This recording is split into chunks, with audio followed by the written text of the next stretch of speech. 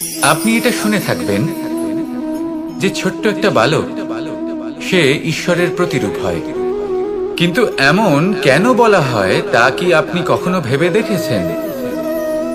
আমি আপনাকে বলছি, কোন একটা ছোট্ট বালককে দেখুন, সে কি করে? সকলকে সমান চোখে দেখে।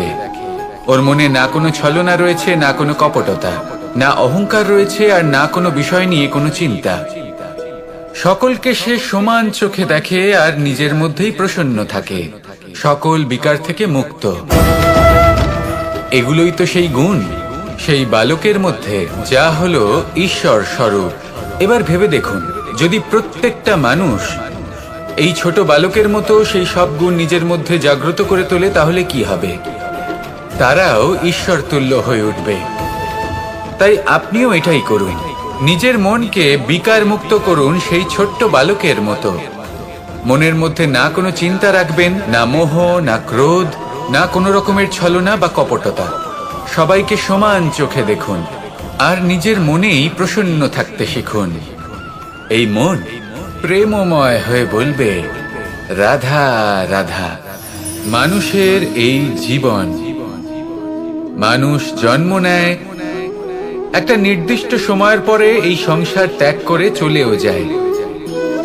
এবার শুধু এটাই আবশ্যক নয় যে এই জীবনকালকে আপনি যাপন করবেন, শুধু এটাই গুরুত্বপূর্ণ নয়।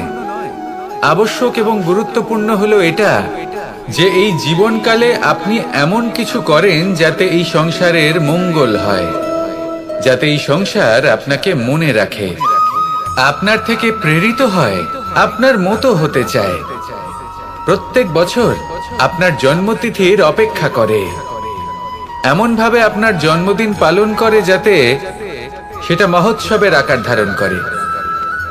এবার এই জন্মদিন এমনি এমনি মহোৎসবে পরিণত হয় না। তখন হয় না যখন কোনো ব্যক্তি রাজার রূপে বা কোনো গোয়ালার রূপে জন্মগ্রহণ করে।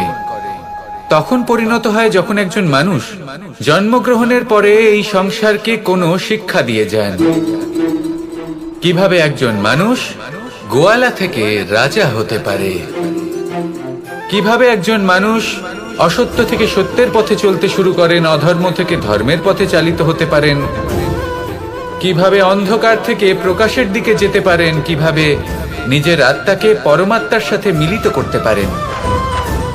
তা সে রামনবমী হোক বা জন্মাষ্টমী হোক, তাদের জীবনের সাথে জড়িত প্রত্যেক মুহূর্ত একটা পরবের আকার ধারণ করে। তাহলে আপনিও এইভাবে নিজের জীবন যাপন করতে থাকুন।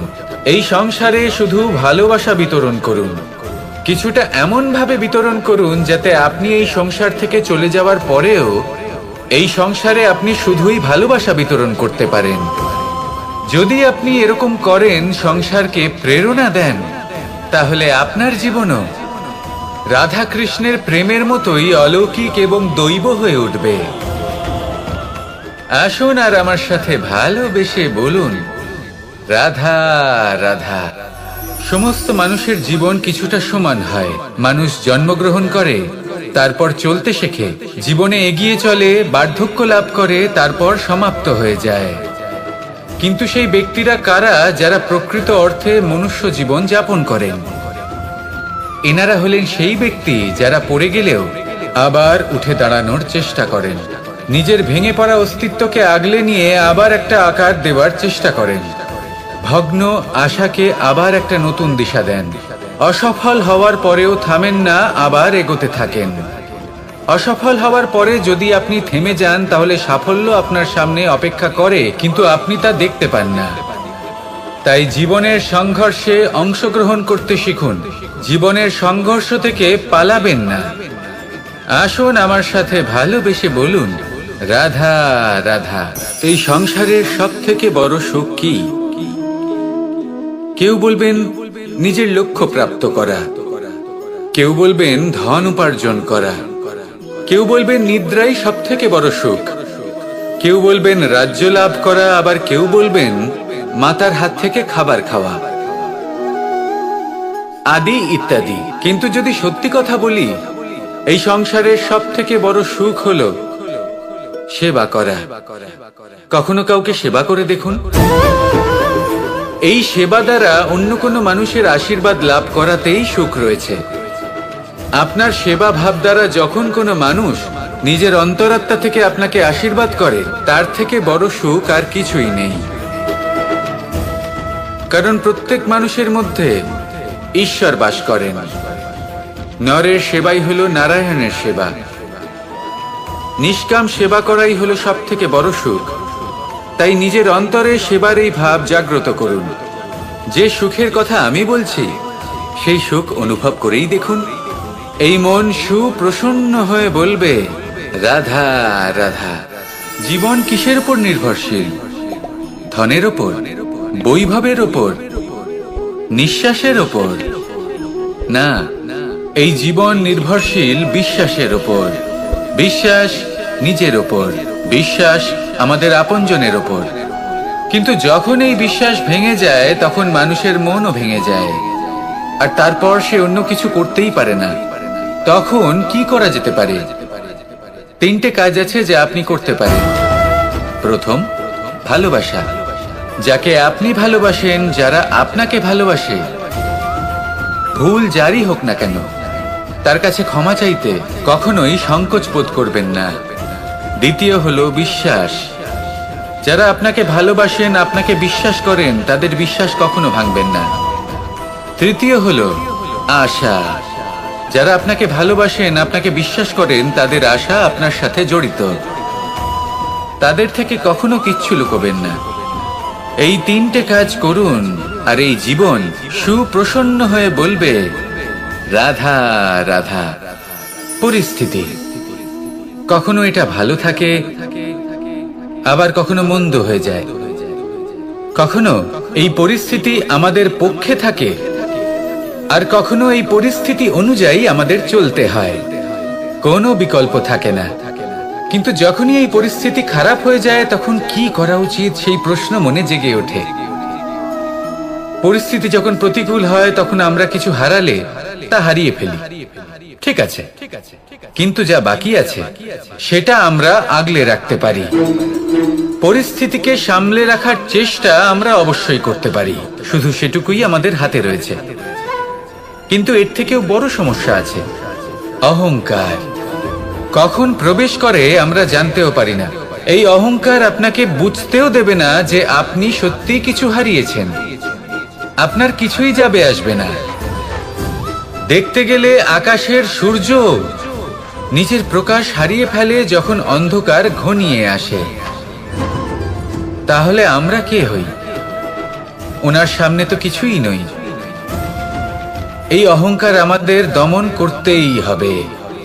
এটা বিশ্বাস করতে হবে যে এই সমগ্র সৃষ্টিতে আমরা শুধুমাত্র একটা কণা, তার থেকে বেশি আর কিছুই নয়। বিশ্বাস করতে হবে যে আমরা ততটাও বড় নই যে কখনোই কিছুই হারাবো না। এবার যেদিন এই জ্ঞান আপনি আত্মস্থ করে নিজের আচরণ পাল্টাবেন, মনে রাখবেন, সেই দিনই অহংকারকে দমন করতে আপনি পথে অগ্রসর হয়ে পড়েছেন। এই অহংকারকে দমন করুন, আর আমার সাথে ভালোবেসে বলুন, রাধা রাধা। বুদ্ধি আর বিবেকের পার্থক্য কোথায় তা নিয়ে এই সংসার অনেক কিছুই ভাবে। কিছু মানুষ ভাবেন যে এই দুই হলো একই, কিন্তু যদি সত্যি কথা বলি, তাহলে এই দুইয়ের মধ্যে একটা অমূল্য পার্থক্য আছে। আর তা হলো এটা যে বুদ্ধির সম্পর্ক হলো মস্তিষ্কের সাথে, আর বিবেকের সম্পর্ক হলো হৃদয়ের সাথে। যে কোনো বুদ্ধিমান মানুষ কি করেন? নিজের মতন করে এই সংসারকে বদলে ফেলতে চেষ্টা করেন। একজন বিবেকশীল মানুষ কি করেন? নিজের অন্তরকে, নিজের মনকে বদলে ফেলতে চেষ্টা করেন। কারণ মানুষের সংসার এই মনের মধ্যেই বসবাস করে। তাই নিজের বুদ্ধির ব্যবহার অবশ্যই করুন, কিন্তু তাতে বিবেকের লাগামটা অবশ্যই শক্ত হাতে ধরবেন। আসুন আমার সাথে ভালোবেসে বলুন, রাধা রাধা। সম্পর্ক এ হলো এক বন্ধন যা আমাদের এক সূত্রে বেঁধে রাখে। কিন্তু এমন কিছু ব্যক্তি থাকেন যারা এই সম্পর্কের বিষয়ে নিজস্ব একটা ধারণা করে ফেলেন যে সম্পর্ক এরকম হওয়া উচিত, সম্পর্ক সেরকম হওয়া উচিত। আমি এই সম্পর্কের জন্য কত কিছু করেছি এই ব্যাখ্যা করতে থাকেন, আর তার বদলে অনেক কিছু প্রত্যাশাও করেন। কিন্তু সত্য হলো এটাই যে সব সম্পর্ক একরকমের হয় না, কিন্তু প্রত্যেক সম্পর্কের একটা বিশেষত্ব থাকে। যেমন চোখ সম্পর্কের তিক্ততা রয়েছে, এমনটা কখনোই নয়। শুধু চোখ আর নাকের এই সম্পর্কের মতোই হলো আমাদের জীবনে আমাদের আপনজনের সাথে সম্পর্ক। যদি কারোর ব্যবহার আপনার প্রতি অনুচিত হয়, বা যদি কেউ অনুপস্থিত থেকে থাকে, বা কেউ যদি আপনাকে বুঝতে না পারেন, তাহলে তার অর্থ এটা নয় যে আপনি সেই সম্পর্ক ভেঙে ফেলবেন। বুঝুন, আপনার জীবনে তার গুরুত্ব কোথায় আর তার জীবনে আপনার। সম্পর্ক গড়ে তুলুন, তাকে পালন করতে শিখুন, একসাথে মিলে চলুন। এই মন সুপ্রসন্ন হয়ে বলবে, রাধা রাধা। আপনি কখনো কোনো সরোবরের দিকে তাকান যার জল হলো শান্ত, স্থির। আপনি স্পষ্ট দেখতে পাবেন সেই সরোবরের তলদেশে কি রয়েছে। তাতে সাঁতরে বেড়াচ্ছে সুন্দর মাছ, চকচকে কিছু পাথর, স্বর্ণরূপী বালি, সবই আপনি দেখতে পাবেন। কিন্তু যখনই আপনি একটা ছোট্ট পাথর তুলে সেই জলে ছুঁড়ে ফেলবেন, তখন সেই জল বিচলিত হবে আর সেই স্পষ্টতা ন্যূনতম হয়ে যাবে। তারপর কিছুই স্পষ্টভাবে দেখা যাবে না। এই ঘটনা মানুষের সাথেও ঘটে। মানুষ যদি বিচলিত হয়ে পড়ে, তখন সে বুঝতে পারে না যে বর্তমানে কি হয়ে চলেছে আর ভবিষ্যতে কি করা উচিত। কিন্তু সেই মানুষ যদি শান্ত থাকেন, স্থির থাকেন, ধন্যাত্মক থাকেন, তাহলে নিশ্চিত রূপেই বুঝতে পারবেন যে বর্তমানে কি করতে হবে আর ভবিষ্যতে কি করতে হবে। তাই নিজের মধ্যে সেই স্থিরতা আনুন, সেই ধৈর্য ধরুন, নিজেকে শান্ত রাখুন আর সবার মধ্যে ভালোবাসা ছড়িয়ে দিন। এই মন প্রসন্ন হয়ে বলবে, রাধা রাধা। মানুষের জীবন বড়ই বিচিত্র হয়। যেই মুহূর্তে জন্ম নেয় একটা প্রতিস্পর্ধায় প্রবেশ করতে থাকে। মানুষ জন্ম নেয় আর প্রতিস্পর্ধা শুরু হয়ে যায় ভাই এবং বোনের মধ্যে সর্বশ্রেষ্ঠ হবার, সবার থেকে এগিয়ে থাকার। তারপরে সে যায় গুরুকুলে। নিজের বন্ধুদের মধ্যে সর্বশ্রেষ্ঠ হওয়ার প্রতিস্পর্ধা শুরু হয়। এবার সেখান থেকে বাইরে বেরিয়ে সংসার জীবনে প্রবেশ করে ধন উপার্জনের প্রতিস্পর্ধা শুরু হয়। তা সে যুদ্ধই হোক বা কলা হোক, এই প্রতিস্পর্ধা কখনোই আমাদের পিছু ছাড়ে না। তাই যদি প্রতিস্পর্ধা করতেই হয়, তাহলে আমরা মানুষকে সাহায্য করার প্রতিস্পর্ধা কেন করব না? এমন এক প্রতিস্পর্ধা যাতে যে কেউ জিতুক বা যে কেউ হারুক না কেন, লাভ সকলের হবে। সকলের মধ্যে প্রেম বিতরণ করতে থাকুন, এইভাবেই আনন্দ বিতরণ করতে থাকুন। আর আমার সাথে ভালোবেসে বলুন, রাধা রাধা। এই সংসারে বড়ই বিচিত্র এক শব্দ আছে, মূল্য। এর প্রয়োগ আমরা জীবনেও করে থাকি, আবার ব্যবসাতেও করে থাকি। একজন উদ্যোগপতি সবসময় বলেন, ব্যবসার মূল্য সবসময় উচ্চমান হওয়া উচিত, তাতে লাভ বেশি। অন্যদিকে আরেকজন ব্যক্তি যিনি পরোপকারী, যিনি ঈশ্বরের দর্শনের অভিলাষী, তিনি বলেন জীবনের মূল্য সব থেকে উচ্চমান হওয়া উচিত। অনেক সময় মানুষ কি করে থাকেন, ব্যবসার এই মূল্য তা উচ্চতার শিখরে পৌঁছানোর লোভে জীবনের মূল্য নামিয়ে ফেলেন। যেখানে এই সমগ্র সংসার প্রেমের দ্বারা চালিত হয়। প্রেমই হলো এই সংসারের আধার। এবার যদি আপনি প্রেম করতে শিখে যান, তাহলে ব্যবসাতে নিশ্চিত রূপে লাভের সাথে সাথে কীর্তি এবং যশ লাভও করতে পারবেন। তা আমি নিশ্চিত রূপে বলতে পারি, কারণ ব্যবসাতে ওঠা নামা এসব চলতেই থাকে। জীবনকে আপনি যদি একবার উচ্চতায় নিয়ে যেতে পারেন, তাহলে তা কখনোই নামবে না। আসুন আর আমার সাথে ভালোবেসে বলুন, রাধা রাধা। আমরা আনন্দ লাভের জন্য ভালোবাসি মা বাবাকে, ভাই বোনকে, পরিবার পরিজনকে, বন্ধুকে, প্রেমিকাকে। আমরা চাই যে সকলে যেন আপন হয়ে থাকেন, আমাদের কাছে থাকেন। কিন্তু মানুষের একটা প্রবৃত্তি আছে যে তিনি যা লাভ করে ফেলেন তার মূল্য তিনি বুঝতেই পারেন না। যদি আপনার বাড়ির কাছে একটা মিষ্টি জলের সরোবর থাকে বা সুন্দর নদী থাকে, তাহলে জলের গুরুত্বটা কি আপনি তা বুঝতেই পারবেন না। সেইখানে আপনি যদি কোনো একটা মরুভূমিতে যান, আপনি অনুভব করতে পারবেন যে এক একটা ফোঁটা জলের কি গুরুত্ব, তার মূল্য কি। সুখের মুহূর্তে যদি আপনজনদের মনে রাখেন, তবে দুঃখের মুহূর্ত নিজে থেকেই দূরে সরে যাবে। ভালোবাসা এবং তার সাথে স্মরণ করা, এটাই তো হলো জীবনের এবং ভালোবাসার আসল মূল্য। আসুন আর আমার সাথে ভালোবেসে বলুন, রাধা রাধা। প্রত্যেকটা মানুষ আলাদা হয় আর অত্যন্ত বিশেষও হয়। প্রত্যেক মানুষ ভিন্ন ভিন্ন পরিবেশে পালিত হয়, বড় হয়। প্রত্যেকের নিজস্ব চিন্তা ভাবনা থাকে, নিজস্ব বিচারধারা থাকে। যখন অনেক ভিন্ন বিচারধারা একত্রিত হয়ে যায়, তখন শুরু হয় বিবাদ। এবার এই বিবাদের সময় আপনি দেখবেন, দুই ব্যক্তি যাদের মধ্যে এই বিবাদ হচ্ছে, সবসময় এটা প্রমাণ করতে চান যে তার সামনের ব্যক্তি এবং তার ভাবনা, তার বিচারধারা বা তার বক্তব্য হলো অনুচিত। এবার এটাই যদি প্রেমপূর্বক রূপে আপনি ভেবে দেখতে চেষ্টা করেন যে সামনের ব্যক্তিটির বক্তব্য, তার মানসিকতা আসলে কি, তাতে উচিত ঠিক কি, সেটা আমরা বুঝতে পারি। একদিকে হলো এই বিবাদ, যা আপনাকে সামনের ব্যক্তিটিকে অনুচিত প্রমাণ করতে বাধ্য করে, আর অন্যদিকে হলো প্রেম, যা সামনের ব্যক্তিটির যুক্তি বুঝতে সাহায্য করে, তাতে উচিত কি রয়েছে সেটা বুঝতে বাধ্য করে, তাকে মহান হয়ে ওঠার পথে অগ্রসর হতে বাধ্য করে। তাই এই বিবাদকে ত্যাগ করুন আর প্রেমকে আপন করে নিন, আর এই প্রেম ভাব নিয়ে বলুন, রাধা রাধা। এই জীবনে আমাদের দুজন সঙ্গী, এক হলো অন্ধকার আর এক হলো প্রকাশ। এবার যখন এই অন্ধকারে আমরা প্রদীপ জ্বালাই, সেই প্রকাশের জন্য অন্ধকার আমাদের উপর রুষ্ট হয়ে চলে যায়।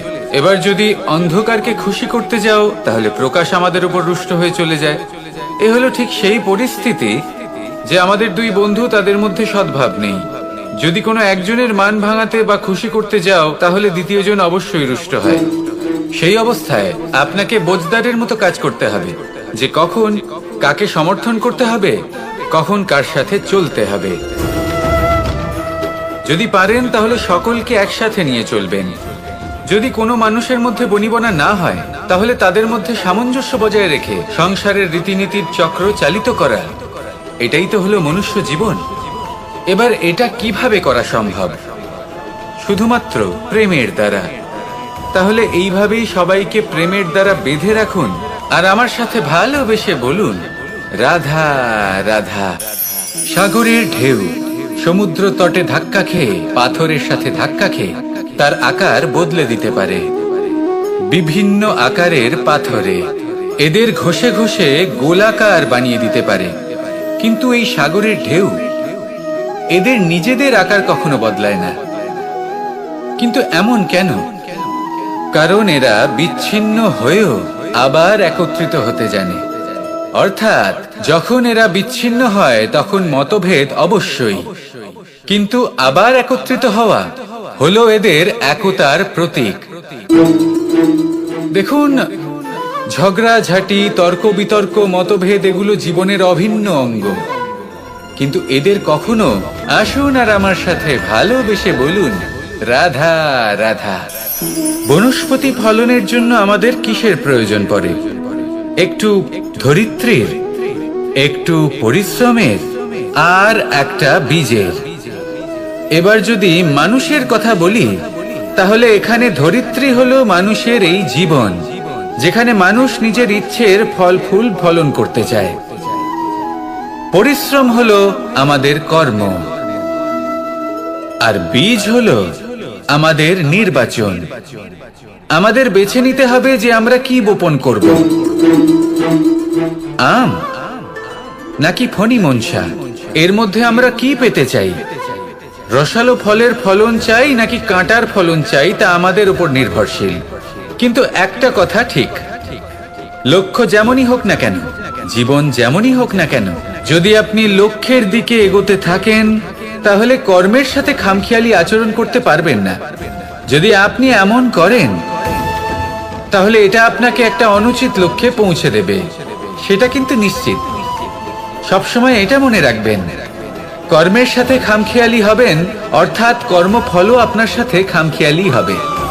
তাহলে নিষ্ঠার সাথে কর্ম করতে থাকুন আর নিজের লক্ষ্যকে প্রাপ্ত করুন। আর আমার সাথে ভালোবেসে বলুন, রাধা রাধা। এই সংসারে এমন কিছু মানুষ আছেন যাদেরকে আপনার ভালো লাগে, তারা আপনার প্রিয়। আমরা চাই ওনারা আমাদের কাছে থাকুন, আমরা ওনাদের কাছে থাকি। এবার সেই ক্ষেত্রে আমরা তাদের ভালো ভালো উপহার দেওয়ার চেষ্টা করি, কারণ ওনারা হলেন আমাদের প্রিয়। আর তার বদলে আমরা আশা করে থাকি যে ওনারা আমাদের একটু সম্মান করবেন। এবার এই মানুষজন যারা আমাদের প্রিয়, এদের আমরা একটা উপহার দিই। সোনা দিয়ে থাকি, আভূষণ দিয়ে থাকি, হিরে মুক্তো দিয়ে থাকি। কিন্তু যদি ভেবে দেখি, এই সবকিছুরই একটা মূল্য আছে। ভেবে দেখুন, আপনি কি তাদের এমন কোনো উপহার দিতে পারেন যা কিনা অমূল্য? তা এরকম উপহার কি হতে পারে? ঠিক বলেছেন আপনি, প্রেম। এই প্রেমই হলো অমূল্য, কারণ মন থেকে এর উৎপত্তি হয়। না চেয়ে পাওয়া যায় আর না ছিনিয়ে নেওয়া যায় এই ভালোবাসা। ঠিক এইরকমই হয় এই সম্মান। যদি সম্মান করো তাহলে মন থেকে এবং ভালোবেসে করো, ভয় পেয়ে নয়। মনে রাখবেন, যে মাথা ভয়ের দ্বারা নত হয়, বিরোধিতাও প্রথমে সেই করে থাকে। যে মাথা ভালোবেসে নত হয়, তা আপনার জন্য বলিদানও দিতে পারে। এই সংসারের সব থেকে বড় উপহার, সব থেকে বড় বরদান এই প্রেম এবং সম্মান। তাকে সম্মান করুন আর আমার সাথে ভালোবেসে বলুন, রাধা রাধা। এই সাগর হলো বিশাল। কথায় আছে যে জীবনের উৎপত্তি সাগর থেকেই হয়েছে। কথাটা ঠিকও। এই সাগরই আমাদের ভিন্ন ভিন্ন ধরনের বনস্পতি প্রদান করেন, মণি এবং মুক্ত প্রদান করেন। আমরা কতটা তুচ্ছ সেই বিষয়ে আমাদের উপলব্ধি ঘটান, আমাদের প্রেরণা প্রদান করেন, যাতে আমরাও সাগরের মতো বিশাল হয়ে উঠতে পারি। এই সাগরের অনেকগুলো গুণ আছে যা আমরা শিখতে পারি। আজ আমি কথা বলবো একটা বিশেষ গুণের বিষয়। বেশিরভাগ মানুষ মালিন্য, নোংরা পদার্থ, নোংরা বস্তু, অপদ্রব্য এই সাগরে ভাসিয়ে দেন। কিন্তু সাগর এই পদার্থ নিজের মধ্যে একত্রিত করে রাখেন না, এই সব নিজের ভেতর থেকে বাইরে বের করে দেন। এ হলো অত্যন্ত শ্রেষ্ঠ একটা গুণ। কিন্তু এই কাজকেও সার্থক করার জন্য সাগরেরও একটা তটের প্রয়োজন পড়ে, যেখানে সাগর এই সব বস্তু বাইরে বের করে ফেলতে পারে। আর মানুষও ভিন্ন কিছু নন। দেখুন, মানুষেরও তো একটা তটের প্রয়োজন পড়ে। এই তট, তিনি হয়তো আমাদের গুরু হতে পারেন, আমাদের মা বাবা হতে পারেন, ভাই বা মিত্র হতে পারেন, বা হয়তো সেই সমস্যাগুলি যার থেকে আমরা দূরে পালিয়ে যাচ্ছি। কারণ যখন আপনি এই সমস্যাগুলির সম্মুখীন হবেন, শেষ পর্যন্ত আপনি শিক্ষাই পাবেন। সব থেকে বেশি গুরুত্বপূর্ণ এই মনকে পবিত্র রাখা। আর তার জন্য একটাই উপায় আছে, এই মন তার মন্থন করা। যদি এই মনের মন্থন করেন তাহলে পূর্ণরূপে পবিত্র হবেন। আর এই মন, আপনি তো জানেনই, প্রসন্ন হয়ে বলবে, রাধা রাধা। সাফল্যের বাস্তব অর্থ কি? নিজের লক্ষ্যে দৃষ্টিবদ্ধ হয়ে থাকা, প্রতিদিন তার জন্য কর্ম করা, দৃঢ় নিষ্ঠার সাথে উত্থান পতনে সামনে এগোতে থাকা, আর নিজের লক্ষ্য প্রাপ্ত করা, এটাই কি সাফল্য? যদি আপনার কোনো বস্তু লাভ করতে হয়, কোনো শক্তি লাভ করতে হয়, বা কোনো স্থান লাভ করতে হয়, তাহলে তার জন্য এসব ঠিক আছে। কিন্তু বাস্তবে সাফল্য এটা নয়। আপনার কাছে থাকা কোনো বস্তু, শক্তি বা স্থান আপনি কিভাবে ব্যবহার করবেন তা আপনার উপর নির্ভরশীল। যদি তার সঠিক ব্যবহার আপনাকে করতে হয়, তাহলে উচিত সময় এবং উচিত স্থানে আপনাকে থাকতেই হবে। একে নিয়তিও বলা হয়। এবার ধরুন, এমন কোনো গ্রন্থ আছে যা জ্ঞানের দ্বারা ভরপুর, এমন জ্ঞান যার দ্বারা জীবন বদলে দেওয়া সম্ভব। এবার এই গ্রন্থ যদি এমন কোনো ব্যক্তির হাতে পৌঁছয় যিনি নিরক্ষর, তিনি কি এই গ্রন্থের সদ্ব্যবহার করতে পারবেন? কখনোই নয়। সেই জ্ঞান দিয়ে নিজের আচরণ পাল্টাতে পারবেন? কখনোই নয়। সেরকমই ধরুন, কোনো ব্যক্তি যার কাছে একটা অস্ত্র আছে, যার দ্বারা উনি শত্রুকে শেষ করে দিতে পারেন, কিন্তু সেই ব্যক্তি হলেন একজন কাপুরুষ। তিনি কি শত্রুকে শেষ করতে পারবেন? তিনি কি জয়লাভ করতে পারবেন? কখনোই নয়। আপনার কাছে কি আছে তার থেকেও বেশি গুরুত্বপূর্ণ আপনি তা দিয়ে কি করবেন। উচিত ব্যক্তির সাথে উচিত সময় উচিত স্থানে থাকা বেশি গুরুত্বপূর্ণ। নিজের গুণের সাথে, নিজের শক্তির সাথে, নিজের জ্ঞানের সাথে উচিত সময় উচিত স্থানে অন্যের যন্ত্রণাকে দূর করা, অন্যের জীবনকে আরো সুন্দর করে তোলা, এটাই হলো সাফল্য। তাহলে সাফল্যের বাস্তব অর্থ বুঝুন, অর্থাৎ নিজেকে আরো প্রসন্ন রাখুন। আর আমার সাথে ভালোবেসে বলুন, রাধা রাধা। প্রারম্ভ শূন্যের দ্বারা হয়ে থাকে, তা সে ব্রহ্মাণ্ডই হোক, পৃথিবীই হোক, আদি ইত্যাদিই হোক।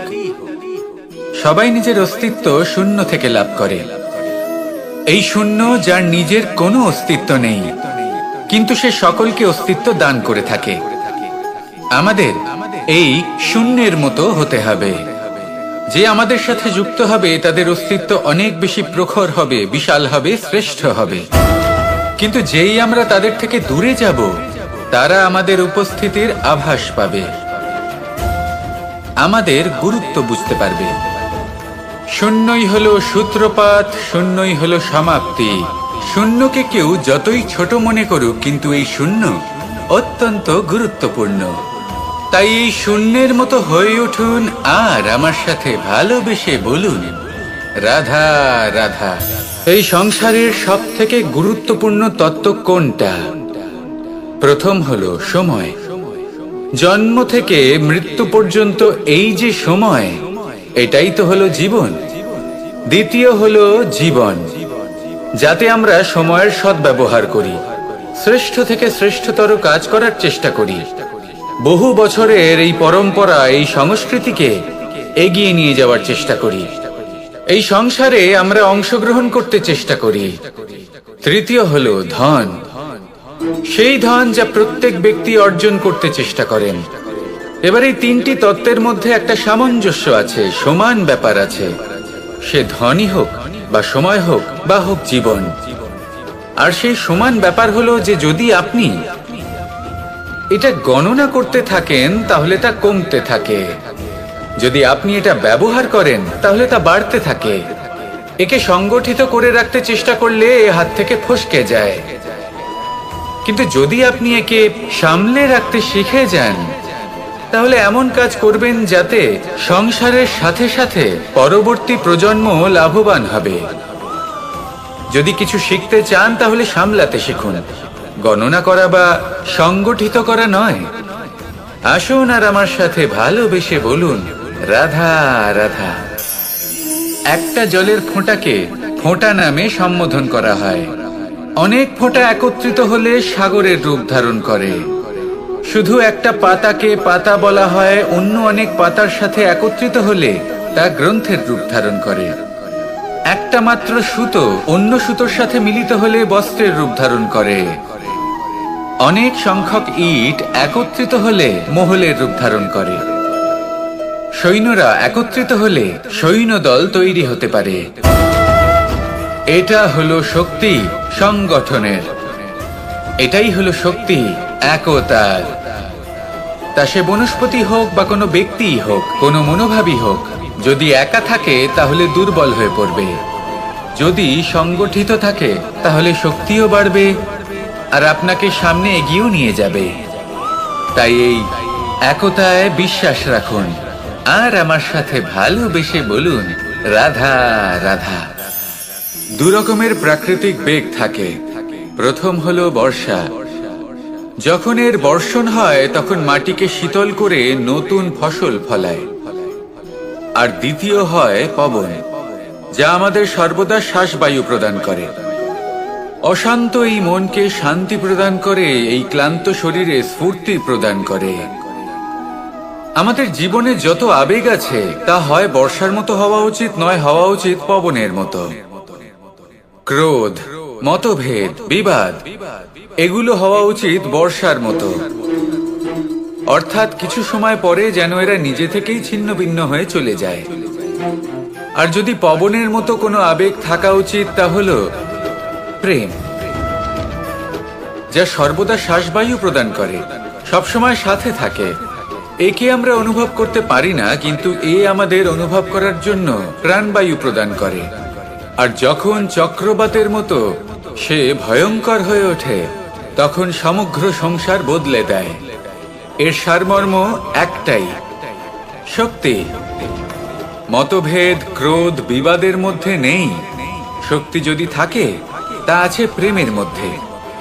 তাই এই প্রেমকে মনের মধ্যে রাখুন আর আমার সাথে বলুন, রাধা রাধা। একটা গরু যখন দুধ দেয়, তখন তার একটা মূল্য থাকে। ওই দুধ থেকে যদি আপনি দই বানান, তাহলে তার মূল্য বৃদ্ধি পায়। দই থেকে যদি মাখন বানিয়ে নেন, তাহলে মূল্য আরো কিছুটা বেড়ে যায়। আর মাখন থেকে যদি ঘি বানিয়ে ফেলেন, তাহলে মূল্য আরো অনেক বেশি বেড়ে যায়। কিন্তু এর কারণ কি? এরকম কেন হয়? কারণ হলো পরীক্ষা। দুধের মধ্যে যখন জোরন মেশানো হয়, তখন দইয়ের টক ভাব চলে আসে। দুধের অস্তিত্ব বদলে যেতে শুরু করে। দুধকে নিজের অস্তিত্ব বদলে ফেলার দুঃখ সহ্য করতে হয়। তখনই তা দইতে পরিণত হয়, তখনই তার মূল্য বৃদ্ধি হয়। এই দইকে মন্থনের যাতনা সহ্য করতে হয়, তবেই সেই দই মাখনে রূপান্তরিত হয়, আর তারপর তার মূল্য বৃদ্ধি হয়। আর মাখন, এই মাখনকে আগুনের আঁচে তপ্ত হতে হয়, তবেই এই মাখন ঘিতে পরিণত হয়, আর তারপরেই এর মূল্য আরো অনেক বেড়ে যায়। মানুষের সাথেও এরকমই হয়। কর্ম করতে থাকুন, কর্মের পরীক্ষায় উত্তীর্ণ হতে থাকুন, আপনার মূল্য অবশ্যই বৃদ্ধি পাবে। তাহলে কর্ম করতে থাকুন, ফলের চিন্তা করবেন না। আর আমার সাথে ভালোবেসে বলুন, রাধা রাধা। নেকড়ে, নেকড়ের বিষয়ে আমরা সকলে জানি। ওরা খুবই নিষ্ঠাবান এবং অত্যন্ত সতর্ক থাকেন। ছোট ছোট মূর্খতা করে বসেন। এনারা হাড় চিবোতে খুব ভালোবাসেন, কিন্তু চিবোতে চিবোতে এদের মাড়ি ছড়ে যায়, সেখান থেকে রক্তপাত হতে থাকে। সেই রক্ত ওনারা পান করেন, আর ওনাদের মনে হয় এই রক্ত হাড় থেকেই পাচ্ছেন। ওনারা ভাবেন যে এই হাড় চিবিয়ে আমরা আনন্দ লাভ করছি, কিন্তু আসল সত্য হলো এটাই যে ওনারা নিজেদেরই ক্ষতি করছেন। আমরা মানুষ, আমাদের সাথেও এমনটাই হয়। কখনো কখনো ভুলবশত আমরা এমন কোনো কাজ করি, আর আমাদের মনে হয় যে আমরা বাইরে থেকে আনন্দ লাভ করছি, কিন্তু সত্য হলো এটাই যে আমরা শুধুই ক্ষতিগ্রস্ত হচ্ছি। এটা হলো খুব বড় একটা শিক্ষা, যা আমাদের শেখা উচিত। তা হলো এটা যে আমাদের বোঝা উচিত যে কখন আমরা লাভবান হচ্ছি আর কখন ক্ষতিটাকেই লাভ বলে মনে করছি। এই শিক্ষা যদি আপনি প্রাপ্ত করতে পারেন, তাহলে এই সংসারে আপনার থেকে বেশি প্রসন্ন আর কেউ থাকবেন না। তাহলে আসুন আর আমার সাথে ভালোবেসে বলুন, রাধা রাধা। যা বাধা দেয় তা হলো অবরোধ, যা এগিয়ে নিয়ে যায় তা হলো বিকাশ, আর যা ভাগ করে দেয় তা হলো গুণ। আপনি সবাইকে আনন্দ দিন, তার বদলে আপনিও আনন্দ পাবেন। আপনি সবার মধ্যে প্রেম ছড়ান, আপনিও তার বদলে প্রেমই পাবেন। এই দেখুন না, মেঘেদের দেখুন। এই যে মেঘ, এই মেঘের গুণ এইটা নয় যে এরা জল সংগ্রহ করে রাখে। এদের গুণ হলো এটাই যে এই মেঘ সকলের মধ্যে জল ভাগ করে দেয়। ধরিত্রীর এবং জগতের তৃষ্ণা নিবারণ হয়। সূর্য, সূর্যের গুণ এইটা নয় যে সে সব থেকে বেশি তেজস্বী। তার গুণ হলো এটাই যে সে নিজের তেজ সবার মধ্যে ভাগ করে দিতে পারে। ঠিক সেইভাবেই জীবনে আনন্দ, উল্লাস, প্রেম, এই সব কিছুই ভাগ করে নিতে শিখুন। এটাই হলো একটা গুণ, আর তার বদলে আপনি দ্বিগুণ আনন্দ, দ্বিগুণ উল্লাস, দ্বিগুণ প্রেম অবশ্যই পাবেন। যদি আপনি এই সবকিছু নিজের কাছেই জমিয়ে রাখেন, তাহলে আপনি নিজের বিকাশে নিজেই বাধা দেবেন। আসুন আর আমার সাথে ভালোবেসে বলুন, রাধা রাধা। আপনি কখনো মাখনের হাঁড়ি ভেঙেছেন? কত আনন্দ পাওয়া যায়। এই মাখনের হাঁড়ি ভাঙলে পুরো মাখন আমাদের গায়ে এসে পড়ে আর মন উচ্ছ্বসিত হয়ে ওঠে। কিন্তু তার জন্য বালগোপালদের কত চেষ্টা করতে হয় সেটা কখনো ভেবে দেখেছেন? প্রথমে বড়ই পরিশ্রম করে একের ওপর এক সাবধানে ওপরে চড়তে হয়, তারপরে ভারসাম্য বজায় রাখতে হয়, পড়ে গেলে হবে না। তারপর এই হাতের দ্বারা সেই মাখনের হাঁড়ি ভাঙতে হয়, তখন মাখন পড়ে। এবার এরকমই কিছু আমাদের জীবনে আমাদের সাথেও হয়। এবার আপনি বলবেন যে মাখনের হাঁড়ি ভাঙার এই প্রক্রিয়া, তার সাথে জীবনের কি সম্পর্ক থাকতে পারে? আসলে আমাদের মনের মাঝেও একটা হাঁড়ি রয়েছে, অহংকারের হাঁড়ি। আর এই অহংকারের হাঁড়ি যখন ভেঙে যায়, তখন প্রসন্ন হবার আনন্দ চতুর্দিকে ছড়িয়ে পড়ে। এই মন, এই আত্মা, এই দুই প্রসন্ন হয়ে যায়। কিন্তু তার জন্য আপনাদেরকেও বালগোপালের মতো চেষ্টা করে যেতেই হবে, ভারসাম্য বজায় রাখতেই হবে মনের মাঝে এবং এই বুদ্ধিতে, ভালো এবং মন্দের মধ্যে, লোভ এবং পরমার্থের মধ্যে। আর তারপর নিজে হাতে অহংকারের এই হাঁড়ি ভেঙে দিতে হয়। দেখুন, যদি ঈশ্বরের সঙ্গ লাভ করতে চান তাহলে অহংকারের এই হাঁড়ি ভাঙতেই হবে। আসুন আর আমার সাথে ভালোবেসে বলুন, রাধা রাধা। এই সংসারে আমরা প্রকাশ কোথা থেকে পাই? এর উত্তর বড়ই সরল। ভোরে যখন সূর্যোদয় হয়, তখন প্রকাশের কিরণ আমাদের ঘরে এসে পৌঁছয়। এইভাবেই আমরা প্রকাশ লাভ করি। এবার এই প্রকাশের আলোতেই আমরা সারাদিনের কাজ সম্পন্ন করি। সন্ধে হয়ে যায়, সূর্যাস্তও হয়ে যায়। আর আমাদের ঘর যাতে অন্ধকার না হয়, তার জন্য আমরা একটা প্রদীপ প্রজ্বলিত করি। এটাই ঘটে আমাদের জীবনেও। এবার প্রবাহমান আয়ুর সাথে আমরা আমাদের অন্তরে যদি একটা প্রদীপ প্রজ্বলিত করে নিই, তাহলে বিষয়টাই অন্যরকম হবে। এবার আপনি বলবেন, কোন প্রকাশের কথা বলছি যা আমাদের অন্তরে জাগ্রত করা সম্ভব? আমাদের আত্মার মাঝে প্রেমের প্রকাশ জাগ্রত করার কথা বলছি। কারণ আমাদের এই জীবন, এও হলো দিনের আলোর মতো। আজ প্রকাশ আছে, কিন্তু কোনোদিন অবশ্যই অস্ত হবে। কিন্তু অস্ত হবার আগে যদি আমরা আমাদের আত্মার মাঝে প্রেমের এই প্রকাশ উজ্জ্বলিত করে নিই, তাহলে আমাদের সন্ধ্যাকালও আমরা আনন্দে এবং প্রেমে যাপন করব। তাহলে আসুন আর আমার সাথে ভালোবেসে বলুন, রাধা রাধা। কিছু মানুষ বড়ই বিচিত্র হন, এমন ভাবে জীবনযাপন করেন যেন তাদের কোনোদিন মৃত্যুই হবে না। নিজেদের অহংকারের বশে একটা কথা ভুলে যান, যে যতই তারা নিঃশ্বাস নিচ্ছেন, যতই তারা জীবনযাপন করছেন, ততই তারা মৃত্যুর দিকে এগিয়ে চলেছেন। কারণ আমাদের এই জীবন তা নিঃশ্বাসের উপর নির্ভরশীল। নিঃশ্বাস চলছে মানে জীবন চলছে। নিঃশ্বাস যদি থেমে যায়, তাহলে জীবনও থেমে যাবে। আমাদের জীবনের প্রদীপ যে কোনো মুহূর্তে নিভে যেতে পারে। আর কত সময় বাকি রয়েছে সেই বিষয়ে আমাদের কোনো ধারণাই নেই। তাই যে মুহূর্ত আমরা এখন যাপন করছি, সেটার সদ্ব্যবহার করে নেওয়া যাক, কোনো শুভ কর্ম করে নেওয়া যাক। এমন কোনো কর্ম যার দ্বারা আমাদের ব্যক্তিত্বতে এমন এক চমক আসে যে আমাদের মৃত্যুর পরেও এই সংসার আমাদের চিরস্মরণীয় করে। কারণ একটা কথা ঠিক, মৃত্যু হলো একটা অটল সত্য। তাকে মেনে নিতেই হবে, স্মরণীয় করে রাখতেই হবে। যে সময় আছে তার সদ্ব্যবহার করুন আর আমার সাথে ভালোবেসে বলুন, রাধা রাধা। মুঠো হাতের শক্তি বেশি, মুঠো খুললেই তা দুর্বল। তা এমন কি থাকা উচিত এই বন্ধ মুঠোয় যা লাখের সমান? মানসিকতা এবং স্বপ্ন। মানুষ জন্মগ্রহণ করে, তার মানসিকতা সময়ের সাথে উন্নত হয়।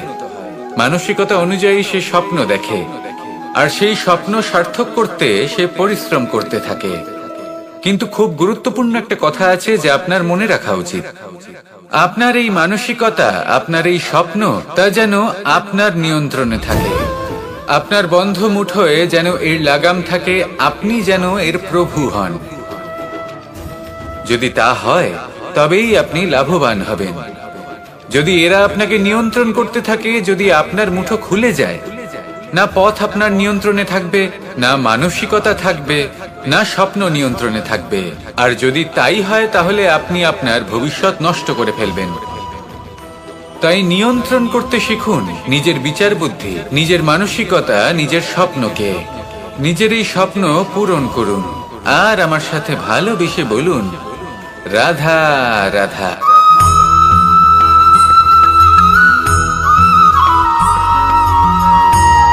আপনি কখনো জীবনে সূর্যোদয় দেখেছেন?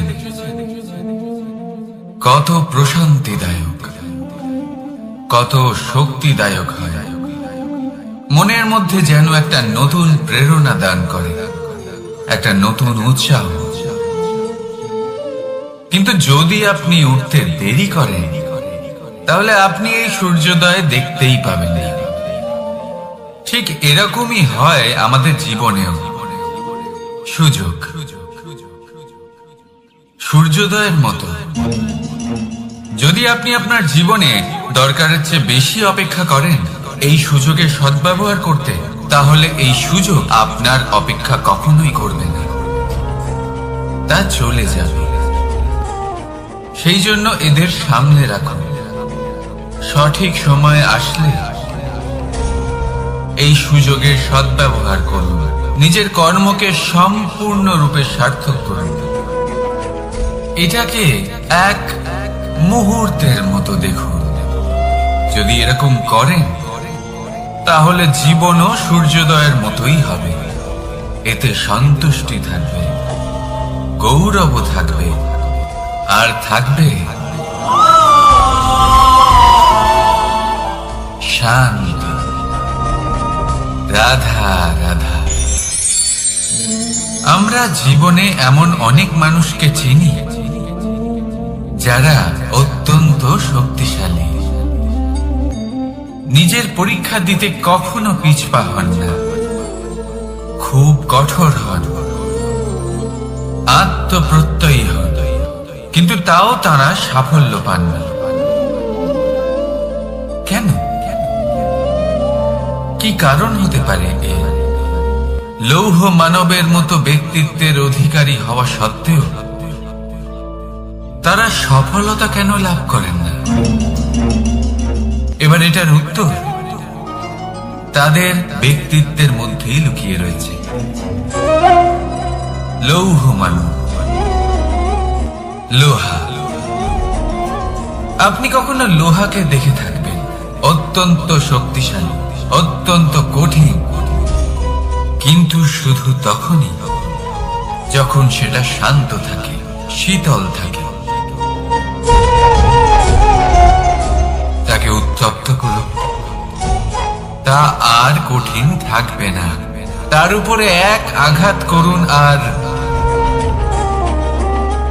তার আকৃতি বদলে যাবে।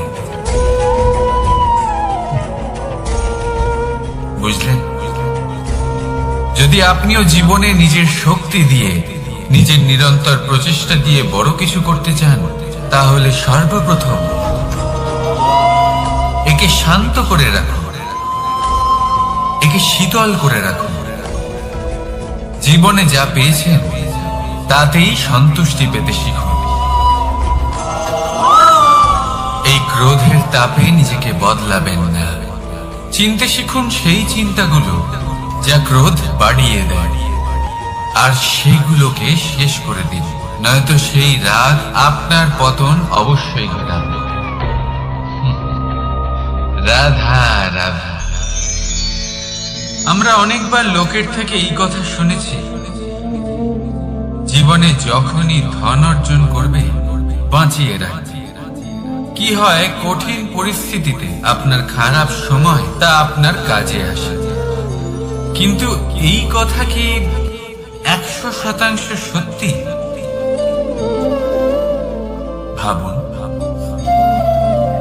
এই সমস্ত ধন যে আপনি অর্জন করেছেন তা কি আপনাকে সুস্বাস্থ্য দিতে পারবে?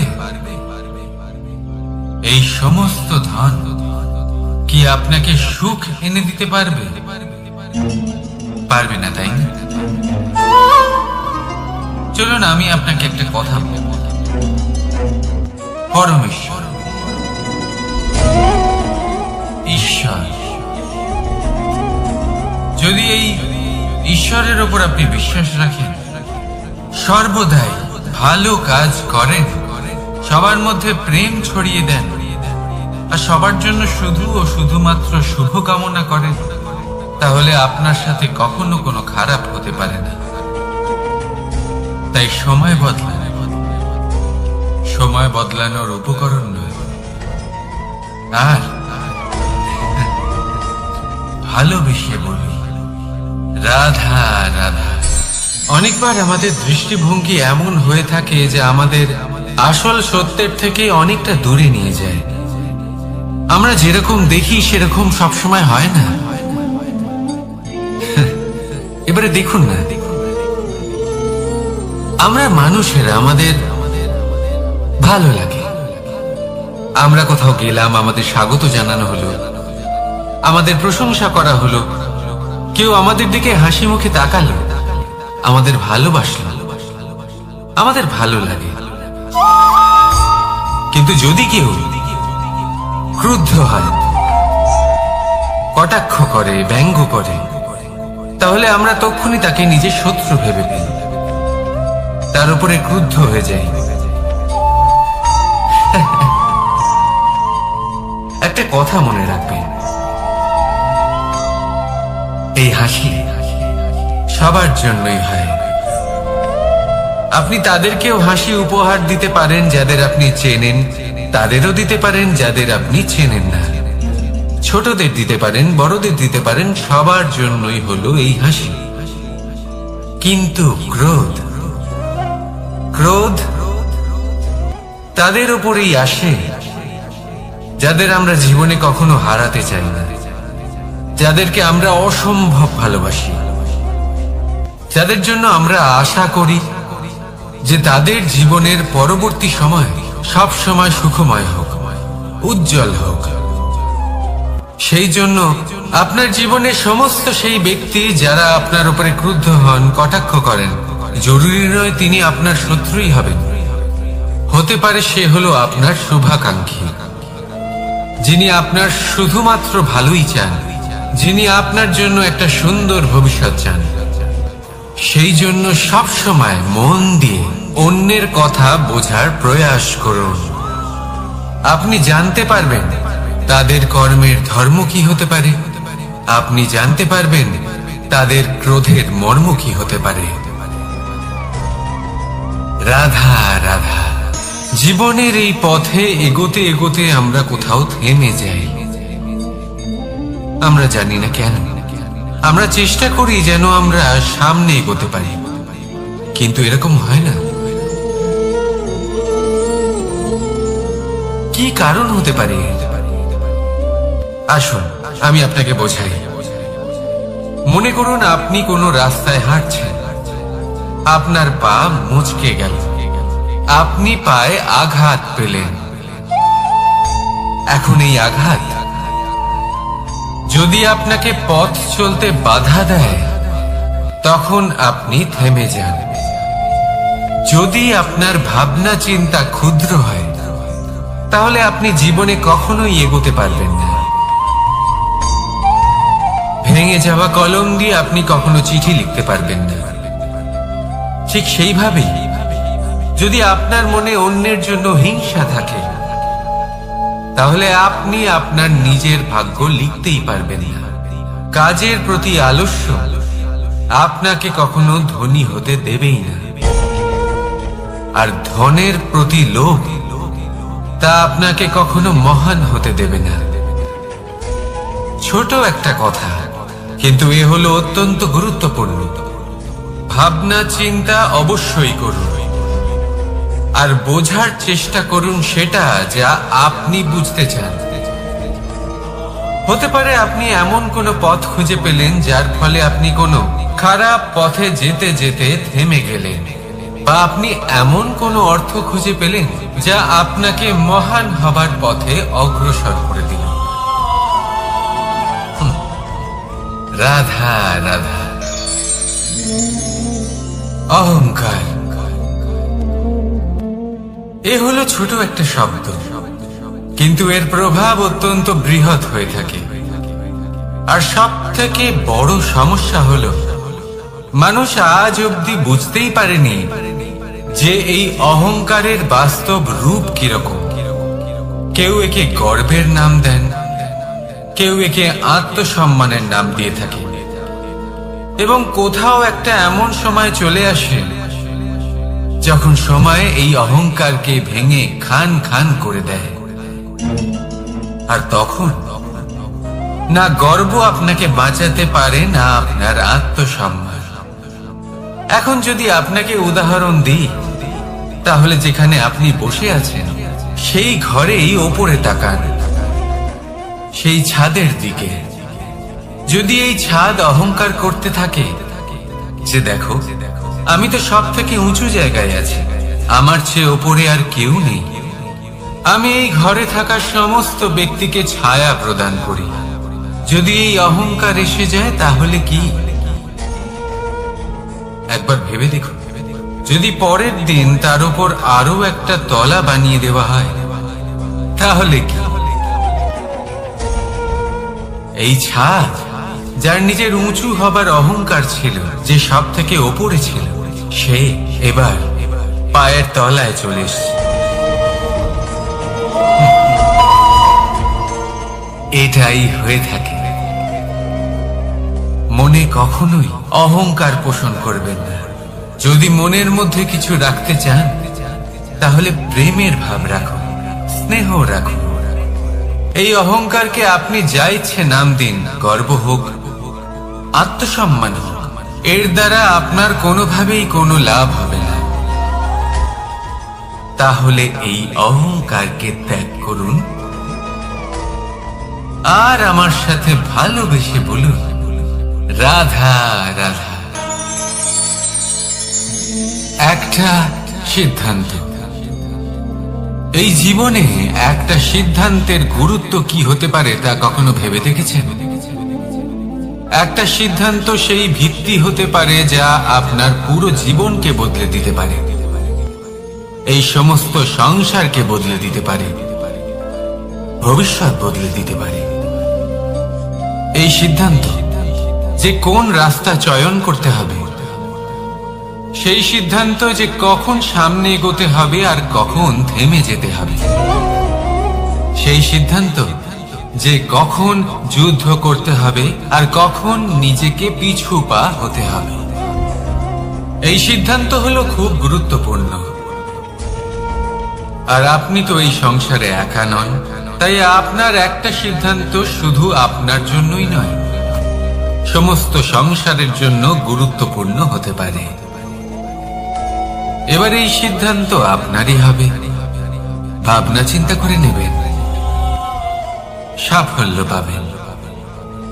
রাধা রাধা। ভবিষ্যৎ। সংসারে এমন কোন ব্যক্তি আছেন যিনি নিজের ভবিষ্যতের বিষয়ে ভাবেন না?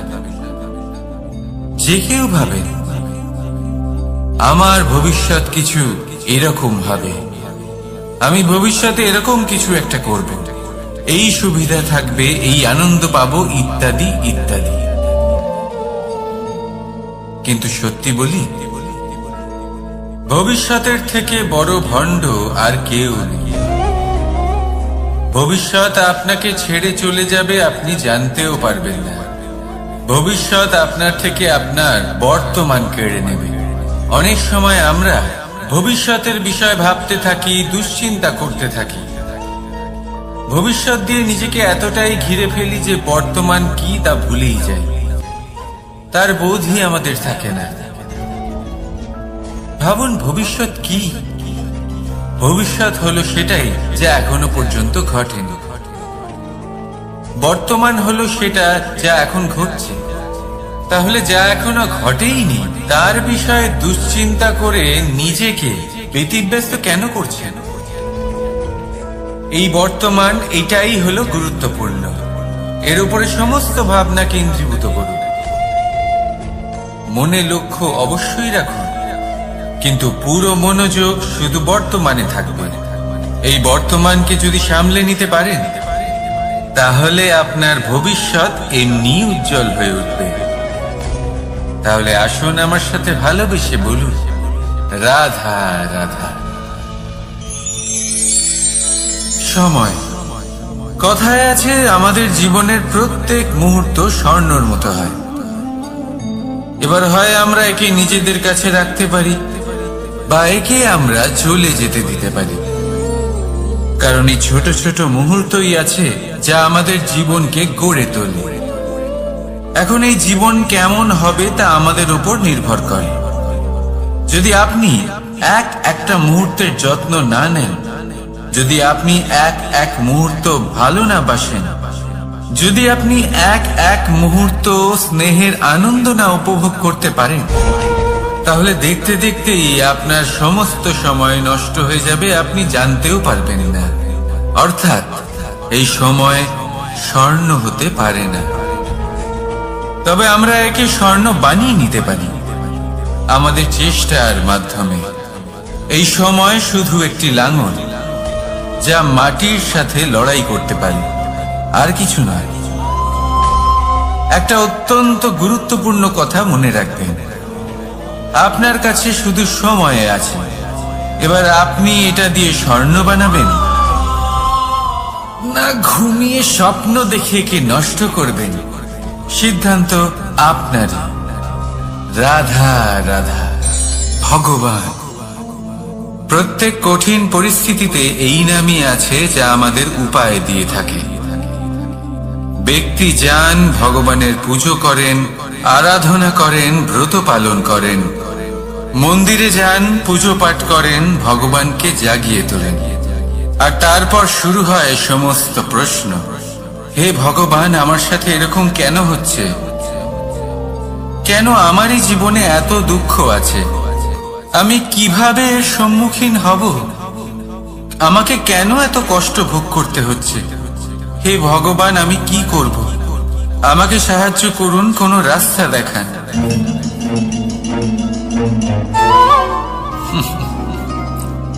চলুন আমি আপনাকে একটা প্রশ্ন করি। মন্দিরে যাওয়ার চেষ্টা করার আগে আপনি কি জীবনে ততটা চেষ্টা করেছেন যতটা সেই সমস্যাকে দূর করার জন্য দরকার ছিল? দ্বিতীয় প্রশ্ন, ভগবানকে জাগানোর পূর্বে আপনি কি নিজেকে জাগিয়ে তুলেছেন? আপনি কি আলস্য ত্যাগ করেছেন? তৃতীয় প্রশ্ন, ভগবানকে জিজ্ঞাসা করার আগে আপনি কি নিজেকে জিজ্ঞাসা করেছেন যে আমি কেন এত অসফল হচ্ছি? যদি না করে থাকেন তাহলে সবার আগে এটা করুন। আপনি সমস্ত প্রশ্নের উত্তর পাবেন, সমস্ত বিপদের পরিত্রাণ পাবেন। অন্য কোথাও নয়, নিজের ভেতরে তাকিয়ে দেখুন। চেষ্টা করুন নিজেকে জাগিয়ে তোলার। আপনি সফল অবশ্যই হবেন, কারণ এই পরমাত্মা, ওই পরমেশ্বর, ওই পরব্রহ্ম আপনার মধ্যেই তো আছে। রাধা রাধা। না, জন্মগ্রহণের পর মানুষের জন্য এই নাম অত্যন্ত গুরুত্বপূর্ণ হয়। মাতা, পিতা, পুরোহিত সকলেই সেই অক্ষর খুঁজতে শুরু করেন যা দিয়ে আপনার নাম শুরু হবে। কিন্তু নাম আর রাশি এক হয়ে গেলেই কি সব কিছু ঠিক হয়ে যায়? কখনোই নয়, কারণ আপনার কর্মই হলো সব থেকে গুরুত্বপূর্ণ, আর কিছুই নয়। দেখুন, এই নিয়তিও আপনার কর্ম অনুযায়ী আপনার ভবিষ্যৎ সুনিশ্চিত করে। যদি আপনাকে উদাহরণ দিই তাহলে ভাবুন, একদিকে ছিলেন রাম আর অন্যদিকে রাবণ। দুজনেরই নাম শুরু হয় র দিয়ে, কিন্তু একজন পেলেন এক ভয়ানক পরিণতি আর অন্যজন সমগ্র সংসারের মনে চিরস্মরণীয় হলেন। তাহলে মনে রাখবেন, নাম নয়, কর্মই হলো শ্রেষ্ঠ। আর যদি তা শ্রেষ্ঠ হয় তাহলে আপনার নাম এমন স্থানে পৌঁছবে যা সংসারের কেউ মুছে ফেলতে পারবে না। তাহলে আসুন আমার সাথে ভালোবেসে বলুন, রাধা রাধা। অনেক সময় যখন আমরা কর্ম করি, সাফল্য লাভ করি, কঠিন পরীক্ষায় উত্তীর্ণ হই, বড় কাজ করি, আমাদের মনে হয় এই সংসার আমাদের একটু প্রশংসা করুক, ভালো লাগে। অনেকবার মনে হয় এটা হলো আমাদের কর্মের ফলই বটে, আমরা আনন্দ পাই। কিন্তু যখন আমরা এই প্রশংসা পাই না, তখন কি হয়? আমরা দুঃখী হয়ে যাই, ভেঙে পড়ি। মনে হয় যেন আমার জন্য কেউ চিন্তাই করে না, এমন মনে হয় যেন আমাদের আনন্দে অন্য কেউ আনন্দই পায় না। অনেক রকম ভাবনা আসে। কিন্তু আমি আপনাকে একটা প্রশ্ন করতে চাই, আপনি যে কাজই করেন না কেন, যে কর্মই করেন না কেন, তা কি শুধুমাত্র প্রশংসার জন্য করেন? যদি এরকম হয়ে থাকে তাহলে সেই ভাবনা এক্ষুনি ত্যাগ করুন, কারণ এই প্রকৃতি আমাদের অন্য শিক্ষা দেয়।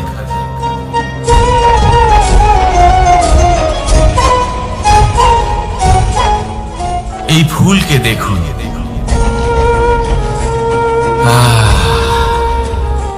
এই যে ফুলের সুবাস, যা আমার মনকে উচ্ছ্বসিত করে তোলে, মনে শক্তি সঞ্চার করে, এই সুগন্ধ। কিন্তু ভেবে দেখুন, ফুলের কিন্তু এই কাজ করার জন্য কোনো প্রশংসারই প্রয়োজন হয় না। এটাই হলো প্রকৃতির শিক্ষা। যিনি সৎ হন, সৎকর্ম করেন, তার কোনো প্রশংসার প্রয়োজন হয় না, কারণ ওনার কর্মই হলো ওনার সুবাস। মনে রাখবেন, আতর নকল ফুলে দেওয়া হয়, প্রকৃত ফুলের তার কোনো প্রয়োজন হয় না। সেইভাবেই আপনিও কর্ম করতে থাকুন শুভ চিন্তা নিয়ে। এই মনকে সব সময় শান্ত রাখুন, স্বচ্ছ রাখুন। যদি এরকম করেন তাহলে আপনার কর্ম এমন সুবাস ছড়াবে যে আপনার জীবনে শুধু এবং শুধুমাত্র আনন্দই থাকবে।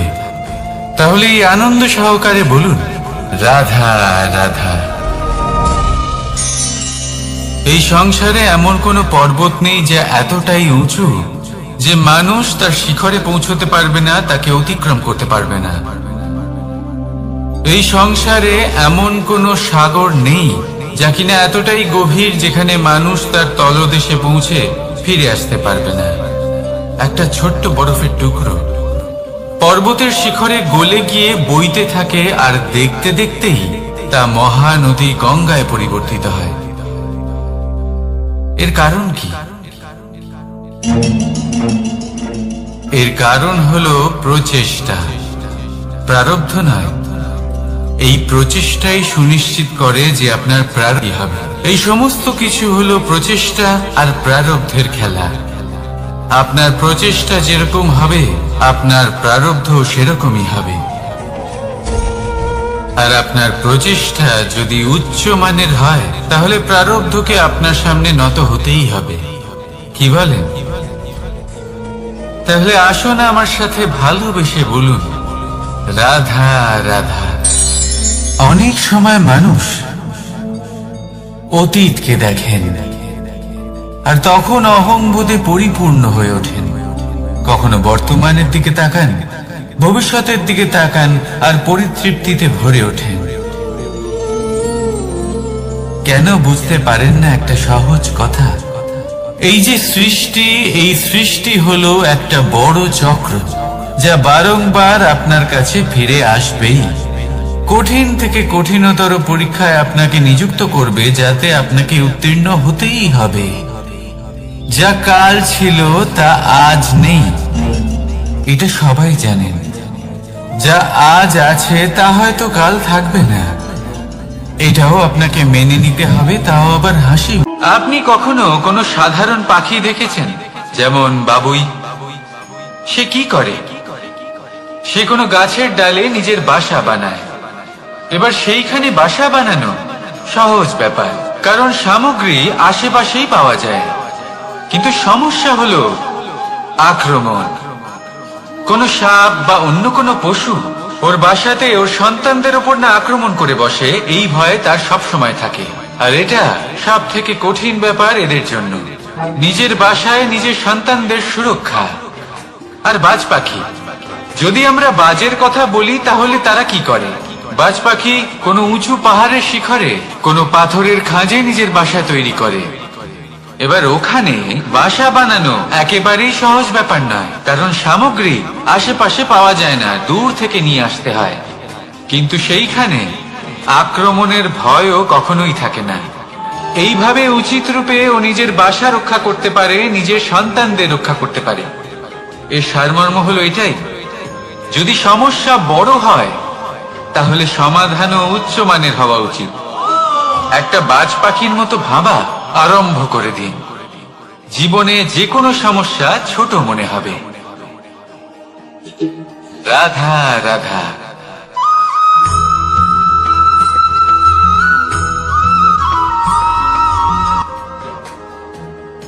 ভাগ করে নেওয়া বা বন্টন করা প্রত্যেক মানুষের জীবনে অবশ্যই হয়ে থাকে, আর অনেক সময় এটা জীবনে অতি আবশ্যক হয়ে পড়ে। কিন্তু ভাগ করার মনোকামনা তার থেকেও বেশি গুরুত্বপূর্ণ হলো যে কোন ঘটনার আধারে এই বাটোয়ারা হলো। অনেক সময় এই বাটোয়ারা হলো শান্তির প্রতীক, আবার অনেক সময় এই বাটোয়ারা বিপ্লব ঘটাতে পারে, এমন এক বিপ্লব যা মহাযুদ্ধ ঘটিয়ে দিতে পারে। দেখুন, বাটোয়ারা সম্পত্তির হোক বা হোক ভিক্ষার, শিক্ষা কিন্তু একটাই। জীবনে অনেক সময় বাটোয়ারা দরকার হতে পারে, কিন্তু যতদূর সম্ভব তা এড়িয়ে চলুন, একসাথে মিলে এগিয়ে চলুন। কারণ দেখুন, এই যে বাটোয়ারা ভাগ করে দেয়, আর সেখানেই একতা আপনাকে অগ্রসর করে। তাহলে আপনিও এটাই করুন, একসাথে মিলে সামনে এগোন, আর আমার সাথে ভালোবেসে বলুন রাধা রাধা।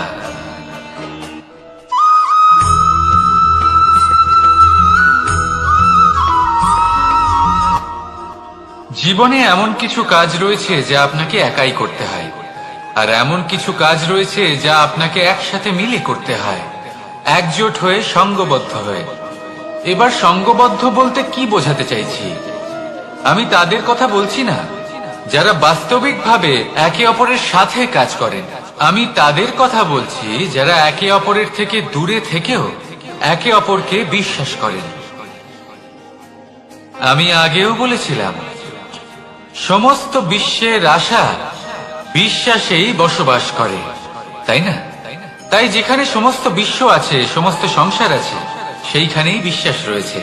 তাই আপনার আশেপাশে এমন দল সঙ্গবদ্ধ করুন যাদের আপনার উপর বিশ্বাস আছে আর যাদেরকে আপনি বিশ্বাস করতে পারেন। তাহলে আসুন আর আমার সাথে ভালোবেসে বলুন রাধা রাধা।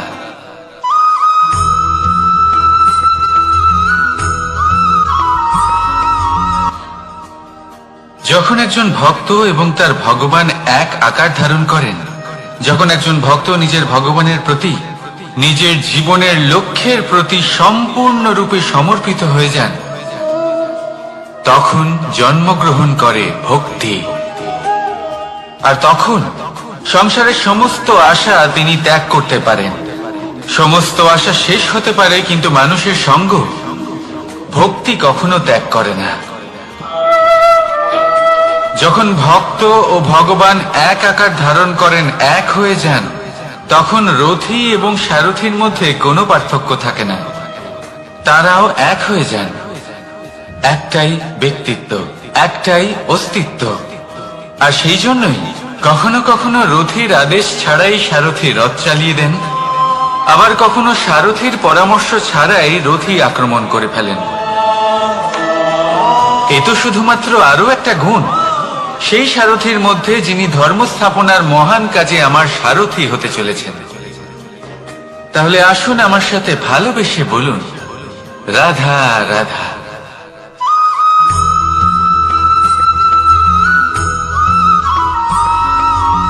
আমরা যে মানুষকে চাই, যাকে আমরা ভালোবাসি, তাকে একটা উপহার অবশ্যই দিতে চাই। এমন এক উপহার যা ওনার ভালো লাগবে, যা শ্রেষ্ঠ হবে, অতি প্রিয় হবে, বহুমূল্য হবে, বা বলতে পারেন মূল্যবান হবে। তাই আমরা কি করি? আমরা বাজারে যাই, তার জন্য স্বর্ণ, আভূষণ, হিরে, মুক্তো এইসব নিয়ে আসি। কিন্তু এটাই কি সর্বশ্রেষ্ঠ উপহার? কখনোই না। সর্বশ্রেষ্ঠ উপহার হলো স্বাধীনতা, তাকে নিজের মনের মতো বাঁচার স্বাধীনতা। যদি আপনি কাউকে স্বাধীনতা না দিতে পারেন, তাহলে সে কোথাও না কোথাও বন্দী হয়ে যায়, তার বিকাশ কোথাও না কোথাও আটকে যায়। কিন্তু যদি আপনি কাউকে স্বাধীনতা দিতে পারেন, তাহলে আপনি দেখবেন ও সমস্ত সংসারকে, এই জীবনকে নিজের দৃষ্টিভঙ্গি দিয়ে দেখবে, বুঝবে যে কোনটা হলো উচিত আর কোনটা হলো অনুচিত। আর এটাই হলো সর্বশ্রেষ্ঠ। আর এবার যদি কাউকে স্বাধীনতার মাধ্যমে এত বড় একটা শক্তি দিতে পারেন, তাহলে আপনি আমাকে বলুন, এর থেকে বড় উপহার আর কি হতে পারে? আসুন আর আমার সাথে ভালোবেসে বলুন, রাধা রাধা।